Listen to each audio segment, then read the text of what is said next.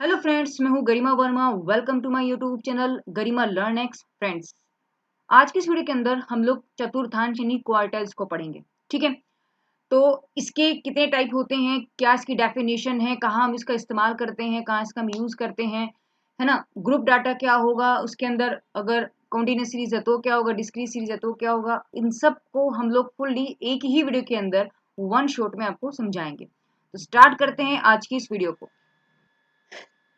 देखिए, चतुर्थांश की अगर हम बात करते हैं तो उसका इंग्लिश में हम लोग इसको क्या कहते हैं, क्वार्टाइल्स कहते हैं। ठीक है, क्या कहते हैं, क्वार्टाइल्स। अब ये इसकी डेफिनेशन क्या है, इस पर बात करते हैं हम लोग। देखो, चतुर्थांश क्या होता है, वो सांख्यिकी माप है जो किसी भी आंकड़ों के समूह को चार बराबर हिस्सों में बांटती है। कितनों में? चार बराबर हिस्सों में आपको बांटती है। ये औसत का एक स्थानिक रूप है, दैट इज पोजिशनल एवरेज है। और आंकड़ों को हम लोग यहाँ कैसे सोल्व करते हैं, पहले उसे क्रमबद्ध करते हैं, उसके बाद हम उसकी गणना करते हैं। क्रमबद्ध से मतलब क्या हुआ, यानी कि या तो हम बढ़ते हुए क्रम में लिखते हैं या फिर घटते हुए क्रम में लिखते हैं। क्लियर है, यानी असेंडिंग ऑर्डर या फिर हम उसे डिसेंडिंग ऑर्डर में लिखेंगे, जितने भी हमारे पास डेटा होंगे। ठीक है, अब एक फिगर के थ्रू मैं इसको समझाती हूँ। जैसे मेरे पास कोई भी डेटा है, सपोज करो ये मेरे पास डेटा है ना, कोई भी डेटा अगर है, तो अगर मुझे चतुर्थांश उनके निकालने की, मुझे इसकी क्वार्टाइल्स निकालने हैं, तो देखो क्वार्टाइल्स अगर देखें तो काउंटिंग में तो ये हमारे पास चार होंगे, क्योंकि हिस्से इसके चार होंगे, इसके चार बराबर हिस्से होंगे। लेकिन चार बराबर हिस्से करने के लिए मुझे इसमें तीन कट लगाने पड़ेंगे। ठीक है, तो पहला कट हो गया Q1, दूसरा हो गया Q2 और तीसरा हो गया Q3। यानी ये पहला quartile, second quartile and third quartile. ठीक है, और अगर मैं हिस्सों की बात करूं तो ये क्या, इसने क्या बोला कि बराबर बराबर हिस्सों में बांटना है। यानी कि एक हिस्सा 25, दूसरा हिस्सा 25, तीसरा हिस्सा 25, चौथा हिस्सा 25। बात यहां तक क्लियर हो गई? क्लियर है, यानी कि जो पहला हिस्सा होगा ये भी 25 है, ये भी 25 है, ये भी 25 है और ये भी 25 है ना। यानी कि यहां से यहां तक ये 25, ये भी 25, ये भी 25, ये भी 25। यहां तक बात क्लियर है? ये Q1 है, ये Q2 है और ये Q3 है। तो Q1 तो इतना सा हिस्सा निकलेगा, है ना, एक हिस्सा तो ये हो गया। अगर मैं दो हिस्से जोड़ दूं, ये और ये, तो कितना हो जाता है, 50% हो जाता है ना। इसका मतलब ये Q2 बन जाता है 50% हिस्से पे। इसका मतलब क्या होगा कि ये मीडियन बन जाएगा, बिल्कुल मीडियम में आ जाएगा। ठीक है, ऐसे ही इन दोनों को अगर मैं जोड़ूंगी तो 50% है, तो इधर भी 50 है, इधर भी 50 है, इसका मतलब ये मीडियन हो गया। तो क्वार्टाइल यानी क्वार्टाइल जो Q2 होता है वो क्या होता है, वो माध्यिका होती है। और Q1 क्या है, ये 25% का एक हिस्सा होता है। ठीक है, बराबर बराबर हिस्से होते हैं। इसे 25% यानी कि जो पहले वाला पार्ट यानी कि जो Q1 है, इसे हम लोअर क्वार्टाइल कहते हैं, यानी कि निचला चतुर्थांश। बात क्लियर है? ऐसी जो कोई Q2 होगा वो, उसे क्या कहेंगे, मिडिल क्वार्टाइल कहेंगे। उसे हम क्या कहेंगे, मिडिल क्वार्टाइल कहेंगे, क्योंकि ये बराबर बराबर हिस्सों में डिवाइड कर देता है एक डेटा को। तो इसका मान, इसलिए हम इसे मीडियन भी कहते हैं, यानी कि माध्यिका भी हम इसे कहते हैं। अच्छा, अगर मैं थर्ड क्वार्टाइल की बात करती हूँ, यानी कि Q3 से हम इसे रिप्रेजेंट करते हैं, Q3 से हम इसे बोलते हैं, तो इसमें कितना हिस्सा बचेगा।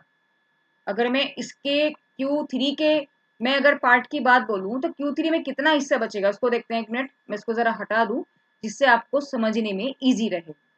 अब आप ये देखिए, इसका एक हिस्सा 25 है, ठीक है ना, और ये पूरे के पूरे से कितने हो गए, 75 हो गए क्या। देखो लिखा भी है कि यह वो बिंदु होता है जहां 75% आंकड़े या उससे कम या बराबर होते हैं। ठीक है ना, इसे हम ऊपरी चतुर्थांश कहते हैं, यानी कि अपर क्वार्टर हम इसे कहेंगे। ठीक है ना, ये अपर होगा, सबसे ऊपर वाला। अब आप ये देखिए, जैसे Q1 मेरे पास पार्ट है, ये 25 है ना। जब ये 25 है तो ये आपके पास क्या है, देखो चार हिस्से हुए ना, किसी भी एक हिस्से, एक डेटा के मेरे पास चार हिस्से हुए, तो ये उस चार में से ये पहला हिस्सा यानी कि 1/4 पार्ट हुआ। ये 1/4 पार्ट है। जो Q2 बनेगा वो क्या है, वो 1/4 का दुगना हो गया, इसका दुगना हो गया। अगर 25 है तो कितना हो गया था, 50% हो गया था ना, ये लिखा है देखो यहाँ, ये 50% हो गया था। ठीक है ना, तो ये 1/2 हो गया आपका, यहाँ से 1/2 बन गया ये वाला पार्ट, यानी कि क्योंकि बिल्कुल मिडिल में है। और अगर मैं थर्ड क्वार्टर की बात करती हूँ तो ये आपके पास इस चौथे, जो चार इसके पार्ट हैं, चार पार्ट का ये कौन सा, ये 3/4 हिस्सा है, Q3। ये आपके पास Q3 है, ये Q2 है और ये आपके पास Q1। यहाँ तक बात क्लियर हो गई। यानी कि आपको समझ में आया कि क्वार्टर कितने होते हैं, थ्री होते हैं, लेकिन इसके 4 हिस्से होते हैं किसी भी डेटा के। तो यहां से हमें ये चीज तो समझ में आ गई कि भैया Q1, Q2 और Q3 होते हैं। अब बात करेंगे इनके फॉर्मूलों की। अब देखिए, जिस तरीके से हम लोगों ने अर्थमेटिक मीन पढ़ लिया है, ज्योमेट्रिक मीन पढ़ लिया हमने, और हमने हार्मोनिक मीन पढ़ लिया, सबने सभी चीजों में हमने मीडियन भी पढ़ लिया, है ना। हमने सब में क्या पढ़ा है, हमने सबके अंदर जो डेटा हमने पढ़ा है वो दो रूप में पढ़ा है, ठीक है ना। एक तो ग्रुप में, एक तो ग्रुप डेटा पढ़ा है, एक अनग्रुप डेटा पढ़ा है, ठीक है। अनग्रुप डेटा कौन सा होता है, जिसमें आपके पास फ्रीक्वेंसी गिवन नहीं होती, और ग्रुप डाटा आपके पास जिसमें फ्रीक्वेंसी गिवन होती है। क्लियर है। और ग्रुप डाटा में आपके पास मैंने बताया था कि दो हिस्से होते हैं, एक तो होता है डिस्क्रीट, एक होता है डिस्क्रीट, दूसरा होता है आपके पास कॉन्टिन्यूअस। क्या होता है आपके पास, कॉन्टिन्यूअस। कॉन्टिन्यूअस दैट मीन्स ये होता है सतत श्रेणी के अंदर, और ये वाला आता है आपके पास खंडित श्रेणी के अंदर। कॉन्टिन्यूअस में क्या होता है, जैसे 10 से 20, 20 से 30, 30 से 40, है ना। ये आपके पास डाटा कंटिन्यू जिगजैग जिगजैग बनता रहेगा।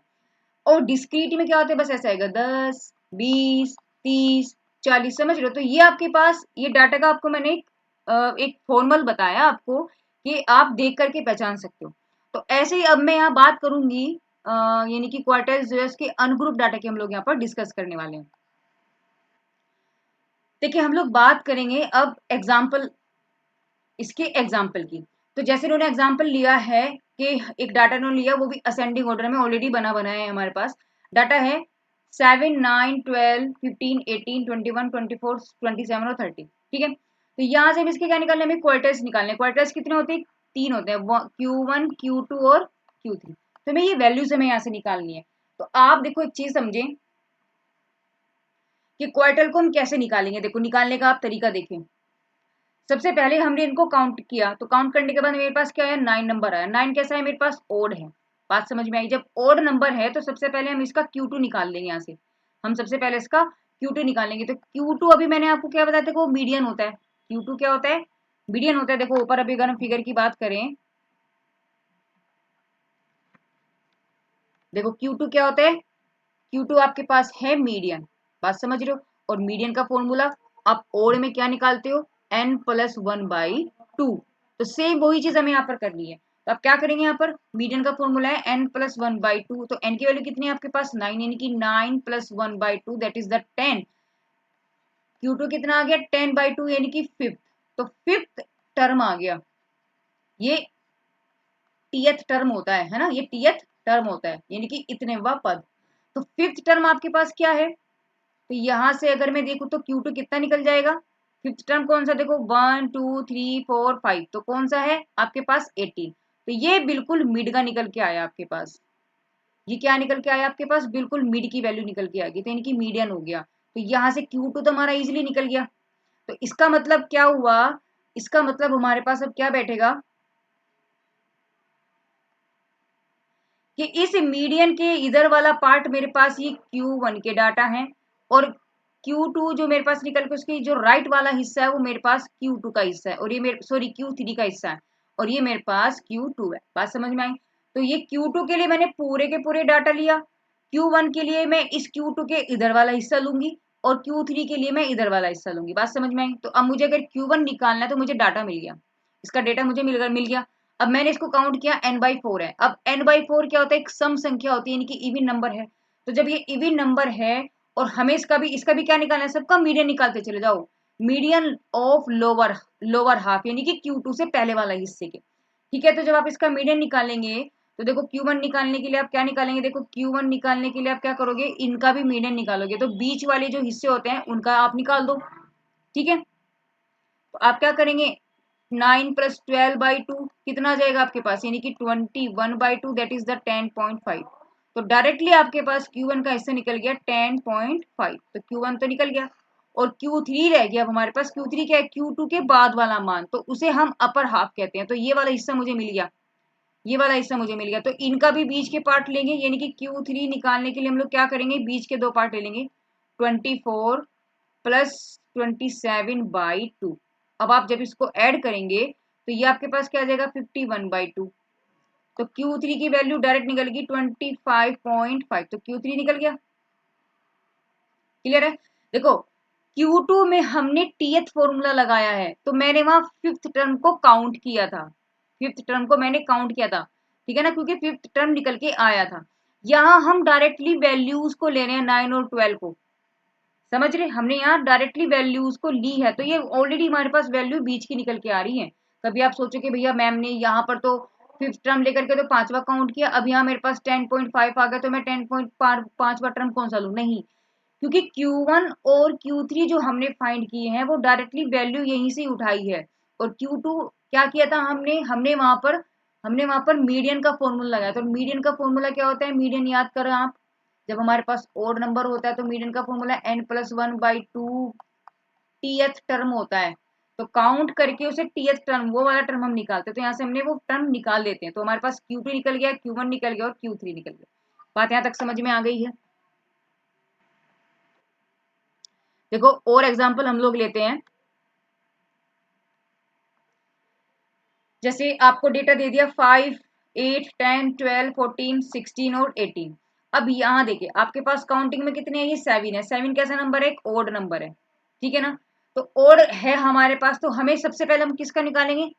देखो क्वार्टाइल्स निकालना है, इसका मतलब हमें 3 हिस्से निकालने हैं इसके, Q1 निकालना है, Q2 निकालना है और Q3 निकालना है, ठीक है। सबसे पहले आप हमेशा Q2 निकालें, तो जब आप Q2 निकालेंगे तो वो मीडियन होता है, क्योंकि Q2 हमारे पास क्या होता है? ये मीडियन होता है ना, ये तो वैल्यू मेरे पास मीडियन होती है। जब मीडियन होती है तो अब आप इसको देखो, मीडियन है और ओड है, यानी कि विषम संख्या है, तो यहाँ से विषम यानी ओड वाला फॉर्मूला कौन सा था? n/2 टीएथ टर्म, ठीक है ना। तो Q2 कितना निकल जाएगा? n की वैल्यू कितनी है? 7, तो 7 + 8, सॉरी 7 + 1/2 यानी कि फोर्थ टर्म आ गया। तो Q2 अगर मैं देखूं आपके पास क्या निकल गया? क्या फोर्थ टर्म कौन सा बैठता है? देखो काउंट करो ऑलरेडी, और वो एक बढ़ते हुए क्रम में होना चाहिए। तो 1, 2, 3, 4, तो 12 आ गया डायरेक्ट आपके पास। क्या निकल गया Q2 की वैल्यू? आपके पास 12 कितना आ गया? Q2 12 आ गया, ठीक है। Q2 तो निकल गया। अब यहां से समझे, अभी मैंने आपको क्या बताया था, जब आपके पास Q2 निकल गया तो उससे पहले वाला हिस्सा आपके पास Q1 के डेटा होंगे, और उसके बाद वाला हिस्सा आपके पास Q3 का डेटा होगा, और वो जो निकाला है वो हमारे पास Q2 होगा। तो Q3 के लिए मेरे पास डेटा मिल गया 5, 8, 10। तो डायरेक्टली अगर मैं Q1 निकालू तो यहाँ से बीच वाला हिस्सा निकल जाएगा डायरेक्टली। आप निकाल सकते हो भाई, बीच की मीडियन क्या निकलेगा? बीच की वैल्यू निकलेगी, तो डायरेक्ट मेरे पास कितना निकल गया? 8 निकल गया। समझ रहे हो बात? तो ये मेरे पास डायरेक्टली 8 निकल गया। और अगर मैं Q2 Q3 की बात करती हूँ तो इसमें भी देखो 3 हिस्से हैं, अगर ही मेरे पास 4 होते फिर मैं निकालती बीच का सम, जैसे ऊपर वाले हिस्से में मैंने निकाला था ना।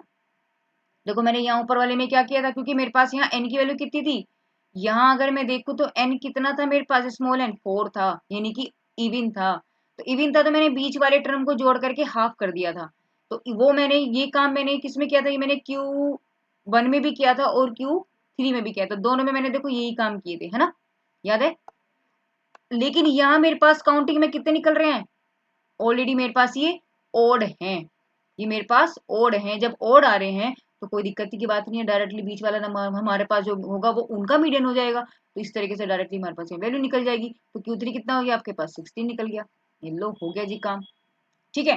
तो हमारे पास तीनों क्वार्टर्स निकल गए, Q1 8 हो गया, Q2 12 हो गया, Q3 हमारे पास 16 हो गया। एक और एग्जाम्पल लेते हैं, जैसे अब ये मेरे पास यहाँ पर ओड था, अब हम लोग इवन लेकर के चलेंगे। देखो डाटा मेरे पास क्या है? 3, 6, 9, 12, 15, 18, 21, 24। तो काउंट जब मैंने किया तो मेरे पास क्या है? 8 नंबर है। 8 कैसा नंबर होता है आपके पास? ये होता है इवन। अब जब ये इवन होता है तो इवन के लिए सबसे पहले मुझे क्या निकालना है? मुझे निकालना है Q2, क्योंकि Q2 होता है आपका मीडियन। तो मीडियन से मुझे इजी हो जाएगा इस डाटा को डिस्ट्रीब्यूट करना, इक्वल इक्वल हिस्से में बांटना, नहीं हाफ बीच का तो हम डायरेक्टली निकाल ही लेंगे ना। तो हमारे पास मीडियन का फॉर्मूला क्या होता है? अगर ये ओड है तो n+1 था, और अगर इवन है तो क्या टर्म होता है हमारे पास? ये होता है n/2 प्लस, सॉरी ये फॉर्मूला होता है, गलती से लिखा गया। ये फॉर्मूला आपके पास होता है मीडियन का, जब वो आपके पास क्या होता है? इवन नंबर होता है जब। तो इवन का जो फॉर्मूला होता है, ये फॉर्मूला होता है Q2 को डायरेक्टली आप लिख सकते हो, नहीं आप हम लोग डायरेक्टली मीडियन का ही फॉर्मूला लिखते हैं, फिर बाद में लिखेंगे उसको हम लोग ना। तो यहाँ लिखेंगे मीडियन, यानी कि माध्यिका। अब ये हमारे पास है इविन। जब ये इविन है तो फॉर्मूला होता है n/2 tth term plus n/2 + 1 tth term और इसका भी हाफ। याद आ रहा है? ठीक है, तो यहां से हम लोग वैल्यू उठाएंगे और रख देंगे। n की वैल्यू कितनी है? 8 है। जब 8 है, मैंने 8 को 2 से डिवाइड किया, फोर्थ टर्म आ गया। ठीक है, और ये आपके पास हो जाएगा 4, 4 में मैंने 1 जोड़ा, फिफ्थ हो गया, तो क्या हो गया? फिफ्थ टर्म हो गया अपॉन 2। तो ये हम क्या निकाल रहे हैं? Q2 निकाल रहे हैं। तो फोर्थ और फिफ्थ टर्म का हाफ कर देंगे। तो फोर्थ और फिफ्थ देखो, फोर्थ और फिफ्थ ये तो बैठेगा, यानी कि 12 + 15 इनको जोड़ा मैंने और उनका हाफ कर दिया, यानी कि 12 + 15/2 ये वैल्यू आ जाएगा आपके पास 27/2, यानी कि डिवाइड जब मैंने किया तो 13.5। तो यहाँ से अब 13.5 देखो, मैंने डायरेक्टली वैल्यूज आ गई मेरे पास 12 और 15, समझ रहे हो? 12 और 15 डायरेक्टली वैल्यू निकल के आ गई। तो मेरे पास मीडियन क्या निकल गया?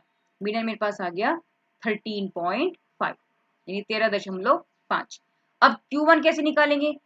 यानी कि देखो, अब मेरे पास जो मीडियन निकल के आया है वो 13.5 है, यानी कि इनके बीच में आया है, यहाँ आ गया। ये मेरे पास Q2 निकल के आ गया है ना।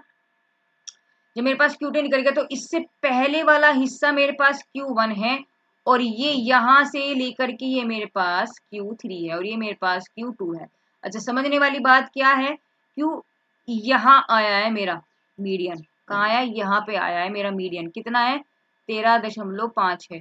तो ना 12 है ना 15 है, तो 12 यहाँ से लेकर के अगर मैं बात करूँ तो ये मेरे पास Q3 है, और 12 से लेकर के 3 तक का जो डेटा है वो मेरे पास Q1 है। बात समझ में आई? तो डेटा मेरे अब समझ में आया किस तरीके से। अब इनको काउंट करेंगे, फिर मेरे पास उसी हिसाब से आए हैं। तो कैसे करेंगे? इसको भी सोल्व करते हैं। सिर्फ इसी यही मैथ पैटर्न लगेगा जैसे हम लोगों ने यहाँ मीडियन का लगाया है, तो सेम इसी तरीके से हम इसको सोल्व करेंगे। ठीक है, तो चलिए अब कैसे सोल्व करेंगे। मेरे पास अगर मैं Q1 की बात करती हूँ तो Q1 के लिए डेटा फिर उस हिसाब से, क्योंकि हमारे पास क्या है, ये चीज इसका भी मीडियन निकालना है। मीडियन निकालने के मेरे पास अब जब ये इविन है तो इविन का फॉर्मूला लगेगा, यानी कि n/2 tth term plus n/2 + 1 tth term upon हो जाएगा 2। तो n की वैल्यू कितनी है? मेरे पास 4 है, तो 4/2 कितना हो गया? सेकेंड टर्म हो गया, प्लस 2 + 1 बन जाएगा यहाँ पर, यानी कि tth टर्म बन गया, बाई हो गया 2। तो दूसरा और तीसरा कितना हो गया? 6 और 9। तो 6 और 9 को करेंगे जोड़ और उसको करेंगे 2 से डिवाइड, वैल्यू आ जाएगी आपके पास 7.5। तो ये क्या निकल जाएगा आपके पास? Q1 निकल जाएगा। बात समझ में आई? सेम अगर मैं Q3 निकालू, क्योंकि Q2 तो हम निकाल चुके हैं, अब इसमें भी यही नहीं कि हमें बीच वाले हिस्से को जोड़ देना है, नहीं हम क्या करेंगे 18 + 21/2 कर देंगे। वैल्यू क्या आ जाएगी आपके पास? ये आ जाएगी जी 9 और 3/2, यानी कि आपके पास आ जाएगा 19.5। तो ये वैल्यू क्या निकल गई आपके पास? Q3। तो इस तरीके से हमारे पास सारी वैल्यूज निकल गई। ये Q2 आ गया और ये हमारे पास Q3 आ गया। क्लियर है बात? एक और एग्जाम्पल लेते हैं। सारी बातें देखो क्लियर हो जानी चाहिए। एक और हम लोग एग्जाम्पल लेते हैं। देखो, अब मेरे पास सम संख्या आ गई, पहले भी सम थी वैसे तो। अब क्या करेंगे? देखो, तो अब हम लोग डायरेक्टली निकालेंगे। तो देखो, अब मुझे क्या निकालना है? Q2 निकालना है। Q2 निकालने के लिए हम लोग क्या करेंगे? देखो, काउंटिंग में कितने 10 हैं, तो हम लोग क्या करेंगे? फिफ्थ और सिक्स टर्म ले लेंगे, है ना, फॉर्मूले के अकॉर्डिंग। तो फिफ्थ और सिक्स ये बैठ गया, यानी कि इसको मैंने जोड़ा, हाफ किया, कितना आ गया? 11 आ गया। तो ये 11 क्या निकल के आया? ये 11 यहाँ आया है जी, इनके बीच में ये 11 आया, और ये मेरे पास क्या आया है? Q2। तो अगर मैं देखूं तो 12 से लेके ये वाला हिस्सा मेरे पास Q3 का डेटा हो गया, और 10 से लेके 2 तक का मेरे पास Q1 का डेटा हो गया। तो ये डेटा मुझे मिल गए। अब इनके डेटा जब मुझे मिल गए तो हम लोग कैसे निकालेंगे? मीडियन निकालना है। काउंटिंग में कितने मेरे पास? ये ओड है, ओड है ना, इन्हीं की विषम है। तो 1 2 3 4 5, 5 का मतलब बीच वाला सीधा निकाल दो भैया, 6 निकल गया। ऐसे ही यहाँ भी मेरे पास 5 है तो 6 बीच वाला निकाल दो, क्या निकल गया? 16। बात समझ में आई? तो ये मेरे पास जो हमने एग्जांपल्स किए थे वो मैंने अनग्रुप्ड के किए थे। अब हम बात करेंगे ग्रुप डाटा की, और उसमें भी कॉन्टिन्यूअस सीरीज की बात करेंगे, ठीक है ना। अगर आपको फ्रीक्वेंसी की भी है तब आप कैसे निकालेंगे? फॉर्मूला उसका होता है, देखो, Q1 के लिए आपके पास होगा L + n/4 माइनस के CF/F इंटू H। ठीक है, L क्या है आपके पास? ये होती है आपके पास लोअर लिमिट। लोअर लिमिट यानी कि इधर वाला हिस्सा, ये समझ रहे हो? कौन से वाला? कौन से वाला? लोअर लिमिट, यानी कि ये जो होती है ये लोअर लिमिट होती है। ठीक है, और ये वाली क्या होती है? इसे हम क्या कहते हैं? इसे हम अपर लिमिट कहते हैं। ये होती है आपके पास अपर लिमिट यानी कि ऊपरी सीमा, और ये होती है आपके पास लोअर लिमिट, ठीक है ना। तो एल हमारे पास क्या है, लोअर लिमिट है। एन क्या है, टोटल एवरेज है यानी कि टोटल सम है, फ्रीक्वेंसीज का जोड़ होता है। ये क्या होता है आपके पास, फ्रीक्वेंसी का जोड़ होता है। सी एफ क्या होती है, सी एफ हम लोग मतलब सी एफ का मतलब है कॉम्युलेटिव फ्रीक्वेंसी यानी कि संचयी बारंबारता, ठीक है ना, संचयी बारंबारता। एफ क्या हो गया आपके पास यहाँ वर्ग की आवृत्ति यानी कि कौन सी फ्रीक्वेंसी आपकी बैठी है, और एच क्या है आपके पास क्लास विड, दैट मीन्स 0 से 10 इनके बीच में कितने का फर्क है, 10 का, इनके बीच में कितने का फर्क है, 10 का, है ना। तो वो आपके पास होती है क्लास विड यानी कि वर्ग अंतराल। तो इनके बीच में कितने का डिफरेंस है, वो 5 का भी हो सकता है ना, 10 का भी हो सकता है, 15 का भी ले लेते हैं। तो इस तरीके से वो आपके पास इनके बीच का फर्क होगा, वो क्या होगा आपके पास एच की वैल्यू। अब तो सीधा हमें कुछ नहीं करना है, डेटा के अंदर हम लोग इसको संचयी बारंबारता निकालेंगे, नहीं पहले हम यहाँ से क्या निकालेंगे, इसकी क्युमुलेटिव फ्रीक्वेंसी निकालेंगे और फिर हम सीधा फॉर्मूले में वैल्यू रखेंगे। अब आप यहाँ पर देखें क्युमुलेटिव फ्रीक्वेंसी, देखो क्योंकि फॉर्मूला क्या कहता है आपका, फॉर्मूला कहता है सी एफ, है ना। एफ आपको पता ही है, एफ आपको पता ही है, तो एफ आपको पता है और आपको सी एफ निकालना है। तो क्युमुलेटिव फ्रीक्वेंसी में कैसे निकालते हैं, देखो पहली फ्रीक्वेंसी सेम रहेगी उस, तो ठीक है, 5 में मैंने 8 ऐड किया तो आपके पास कितना हो गया, 13 हो गया। 13 में मैंने 12 ऐड किया, कितना हो गया, 25। 25 में 20 ऐड करेंगे कितना हो जाएगा, 45। 45 में आप 10 ऐड करेंगे तो हो जाएगा 55। 55 में 5 ऐड करेंगे हो जाएगा कितना, 60। तो 60 जो आया आपके पास ये कैपिटल एन बी आ गया, यानी कि इनका सम भी आप करोगे ना तो वो भी आपके पास 60 ही आएगा। तो यहाँ से आपको क्युमुलेटिव फ्रीक्वेंसी के थ्रू आपको क्युमुलेटिव फ्रीक्वेंसी निकल गई, साथ में आपके पास फ्रीक्वेंसीज का सम भी निकल जाता है, ठीक है। अब आपको क्या करना है, सीधा का सीधा आपको फॉर्मूले में वैल्यू रखनी है, बस और कुछ नहीं करना है अब आपको। अब आप यहाँ देखिए, सबसे पहले एल हमें क्या देखना है, हमने सबसे पहले निकालना है n/4। हम सबसे पहले किसको निकालेंगे, n/4 निकालेंगे। तो n/4 क्या है, 60/4 यानी कि निकल गया आपके पास 15। अब 15 को हम लोग चेक करेंगे फ्रीक्वेंसीज में कहाँ जा रहा है, क्युमुलेटिव फ्रीक्वेंसी के अंदर, है ना, सीएफ में देखेंगे। देखो तो सीएफ में देखेंगे 15, देखो ये तो 13 तक है, यहाँ तक तो कोई मतलब ही नहीं बनता। 25 में देखो 15 25 में भी आएगा, 45 में भी आएगा, 55 में भी आएगा, 60 में भी आएगा, बात है, यानी इन सब में आएगा आपका 15। लेकिन जो सबसे पहला नंबर पड़ता है हम उसको काउंट करते हैं, समझ में आई बात, यानी कि जो सबसे पहला बार बनेगा जिसमें जो सबसे पहली बार वो आएगा उसी को हम लोग देखेंगे। तो सबसे पहली बार किस में आया, 25 में आया, ठीक है ना। इसमें 15 हमने देखा, इसमें 15 आ गया, है ना। तो इसकी जो लिमिट है, इसकी जो सामने वाली लिमिट है उसको चेक करो, यानी कि ये वाला पार्ट। तो यहां से इसकी जो लोअर लिमिट है एल क्या बन गई, इसकी जो लोअर लिमिट है 20। तो आपके पास यहां से एल की वैल्यू कितनी बनेगी, 20 बन गई। बात समझ में आई, कैसे निकाली मैंने 15 को चेक किया, कहाँ आया, 25 में, जो पहले वाला 45 में भी आएगा। देखो 13 तक तो कोई मतलब इनमें तो आएगा ही नहीं, ये तो 13 तक ही है, 13 तक ही है, 25 में आ जाएगा। लेकिन जो सबसे पहली बार आएगा उसमें हमने चेक करना है, तो 25 में आ गया। 25 के सामने वाला कॉलम देखें आप, तो उसकी भी लोअर लिमिट चेक करें तो वो आपके पास एल की वैल्यू बन जाएगी। बात समझ में, यानी कि एल आ गया हमारे पास 20। अब क्या करना है, एन हमें पता ही है क्या होता है, 60 है, क्योंकि टोटल हमने ऐड कर लिया, ये रहा 60 आया था। अब हमें क्या निकालना है, क्युमुलेटिव फ्रीक्वेंसी निकालनी है। तो जो क्युमुलेटिव फ्रीक्वेंसी कौन सी होगी, कौन सी होगी क्युमुलेटिव फ्रीक्वेंसी, जिसमें हमने यहाँ 15 चेक किया था ना, हमने यहाँ 15 चेक किया था, 15 को हमने यहाँ चेक किया था। तो इसके ऊपर वाला जो हिस्सा होगा वो हमारे पास सी एफ होगा, ठीक है। तो सी एफ की वैल्यू कितनी निकल गई आपके पास, 13 निकल गई। अब इसी 25 के जो सामने है ये वाला, ये आएगी फ्रीक्वेंसी, ये आएगी आपके पास फ्रीक्वेंसी, और एच आपके पास कितना है, इनके बीच का विड्थ यानी कि 10। तो बस सारी वैल्यू उठाओ और उठा करके इस फॉर्मूले में आप रख दो। तो यहां से देखो 20 हो गया, ये वैल्यू 15 आ गई, आपने यहाँ निकाली, ये 13 हो गया, ये निकाला आपने 13, समझ रहे हो, ये निकाला आपने 13, है ना। नीचे आपके पास एफ की वैल्यू है, ये रही 12, ये रही 12। तो ये आप 12 देखेंगे और इंटू 10, क्योंकि एच की वैल्यू क्या आपके पास 10 है, तो आप यहाँ पे 10 रखेंगे। जब आप इसको कैलकुलेट करेंगे 15 में से 13 गए 2 अपॉन 12 हो गया, तो यहाँ से आपके पास वैल्यू कैलकुलेट करेंगे तो 21.67, तो यानी कि Q1 तो आपका निकल गया। अब आपको क्या निकालने हैं, अगर वो Q2 भी कहता है, अगर वो आपसे Q2 भी पूछ रहा है तो कैसे निकालेंगे? देखो कुछ नहीं करना, आपको सिर्फ और सिर्फ थोड़ा सा चेंज करना है। देखो आपको कुछ नहीं करना, देखो क्या करा था हमने, देखो Q1 के लिए हम लोगों ने क्या निकाला था, n/4 निकाला था। Q2 के लिए आप क्या निकालोगे, देखो n/4, इसमें क्योंकि 2 है तो 2 की मल्टीप्लाई कर देंगे। ऐसे ही आप अगर हमें Q3 निकालना पड़ेगा तो n/4 में आप 3 की मल्टीप्लाई करेंगे। बात समझ रहे हो? कॉम्युलेटिव फ्रीक्वेंसी की बात मैं बता रही हूँ, सॉरी ये ग्रुप डाटा की मैं बात कर रही हूँ, उसमें कॉन्टिन्यूस सीरीज के अंदर, है ना। Q1 मैंने कैसे निकाला था, n/4 करके निकाला था। Q1 कैसे निकाला था मैंने, n/4।